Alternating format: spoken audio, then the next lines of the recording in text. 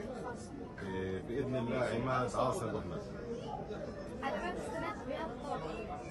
استندت والله شايف إقبال كبير من أهل البلد، الناس معنية بالتغيير، الناس بدها تغيير، وفي إقبال يعني طلع الجماعة كلها، أنا الناس كلها معنيين، وإن شاء الله النجاح حليفنا بإذن الله. شكرا لك. حبيبي. السلام عليكم، أنا محمد وائل العاصي من طاقم الإذاعة المدرسية عمر بن الخطاب. اليوم بتأسس أسئلة عن الانتخابات البلد. هل هناك إقبال على صناديق الاقتراع وكيف هو الإقبال؟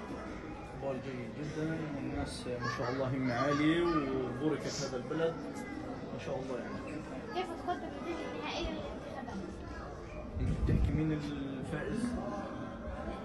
كيف بتقدرها؟ كيف بتقدرها إن شاء الله بإذن الله محمود عاصي أبو الممدوح. من هو الرئيس القادم لكفر القلعة حسب توقعاتكم الخاصة؟ محمود عاصي أبو الممدوح.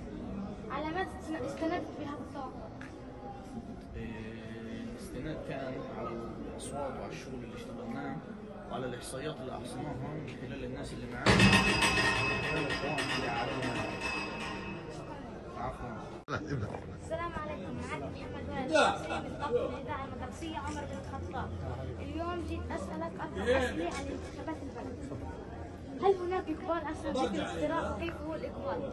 ما شاء الله الإقبال لحد هسه يعني تقدر تقول 30-40% من البلد صوتوا هسه ما صارتش 1-1.5 يعني في إقبال الحمد لله. من هنا لحد ما يخلص الوقت لصندوق الاقتراع إن شاء الله كل البلد تقدر تصوت. كيف تقدر النتيجة النهائية للانتخابات؟ النتيجة الساعة مش واضحة هسه، أما نتمنى الخير للبلد. من هو الرئيس القادم لكفر برا حسب توقعاتك الخاصة؟ حسب توقعاتي الخاصة الرئيس اللي مشينا معه إن شاء الله أبو ممدوح. على ماذا استندت بهذا التوقع؟ على في أهل البلد مكسرين هنا وهين، بس أنا شايف الأغلب إن شاء الله مع الممدوح. السلام عليكم، معك محمد وائل العاصي من طاقم الإذاعة المدرسية عمر بن الخطاب. اليوم بنسألك أسئلة عن الانتخابات البلد. هل هناك إقبال على صناديق الاقتراع وكيف هو الإقبال؟ الإقبال جيد على صناديق الاقتراع، حتى هذه الساعة نسبة الإقبال تساوي 35%، وإحنا الآن ما وصلناش وسط اليوم الانتخابي. دائما في المجتمع العربي الإقبال بيكون أزيد من أي مجتمع يهودي ثاني. كيف تقدر النتيجة النهائية للانتخابات؟ النتيجة النهائية للانتخابات ستكون لصالح المرشح للرئاسة عماد عاصي، بسبب أغلب تحالفات البلد سوف تدعمه، وإن شاء الله النجاح سوف يكون حليف. من هو الرئيس القادم لكفر برا حسب رأيك؟ حسب رأيي أن الرئيس القادم هو عماد أحمد عاصي، بسبب زي ما قلت لك التحالفات الكبيرة في البلد اللي دعمته، والبلد تحتاج إلى تغيير وهو سوف يقود التغيير بإذن الله. على ماذا استندت بهذا التوقع؟ بسبب التآلفات والتحالفات من العائلات الأخرى في بلدة كفر برا، بإذن الله النجاح. شكرا لك. لا. السلام عليكم، معك محمد وائل العاصي من طاقم الإذاعة المدرسية عمر بن الخطاب. اليوم بنسألك أسئلة عن الانتخابات. هل هناك إقبال على صناديق الاقتراع وكيف هو الإقبال؟ في إقبال حسب الأعداد اللي رايحة على الصناديق، في إقبال كبير. كيف تقدر النتيجة النهائية للانتخابات؟ قد نجاحنا إن شاء الله، نجاح عماد. من هو الرئيس القادم لكفر برا حسب توقعاتك الخاصة؟ عماد إن شاء الله. على ماذا استندت بهذا التوقع؟ حسب إقبال المصوتين على الصناديق والإحصائيات يعني. شكرا. كبير.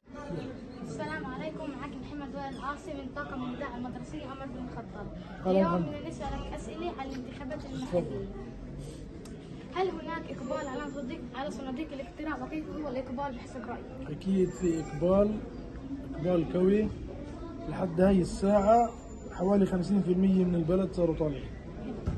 كيف تقدر النتيجة النهائية للانتخابات؟ حتكون النهاية إن شاء الله موفقة، الإشي واضح، إن شاء الله خير، نتمنى خير للبلد. من هو الرئيس القادم لكفر برا حسب توقعاتك؟ إن شاء الله عماد عاصي أبو أحمد الرئيس القادم، الرجل المناسب في المكان المناسب. على ماذا استندت بهذا التوقع؟ على الإحصاءات الموجودة عندنا في الأصوات وبالعائلات وفي اللي طلعوا صاروا مصوتين، إن شاء الله اكتساح. ان شاء الله. شكرا لك. شكرا لك حبيبي. السلام عليكم. السلام. هلا. معك محمد وائل العاصي من طاقم الإذاعة المدرسية عمر بن الخطاب. اليوم نسألك أسئلة عن الانتخابات البلد. هل هناك إقبال على صناديق الاقتراع وكيف هو الإقبال؟ نعم، يوجد هناك إقبال لا بأس فيه. النسبة يعني فوق المتوسط. كيف تقدر النتيجة النهائية للانتخابات؟ النتيجة النهائية للانتخابات أنا أرى أنه يكون الفوز لقائمة الوحدة والتغيير. من هو الرئيس القادم لكفر برا حسب توقعاتك الخاصة؟ الرئيس القادم حسب توقعاتي بإذن الله يكون عماد عاصي أبو أحمد. على ماذا استندت بهذا التوقع؟ استندت بناء على الإحصائيات، بناء على الحسابات الدقيقة، متابعة الأصوات صوت كل فئة وين توجهاتها. على هذا الأساس تم تقييمي للوضع.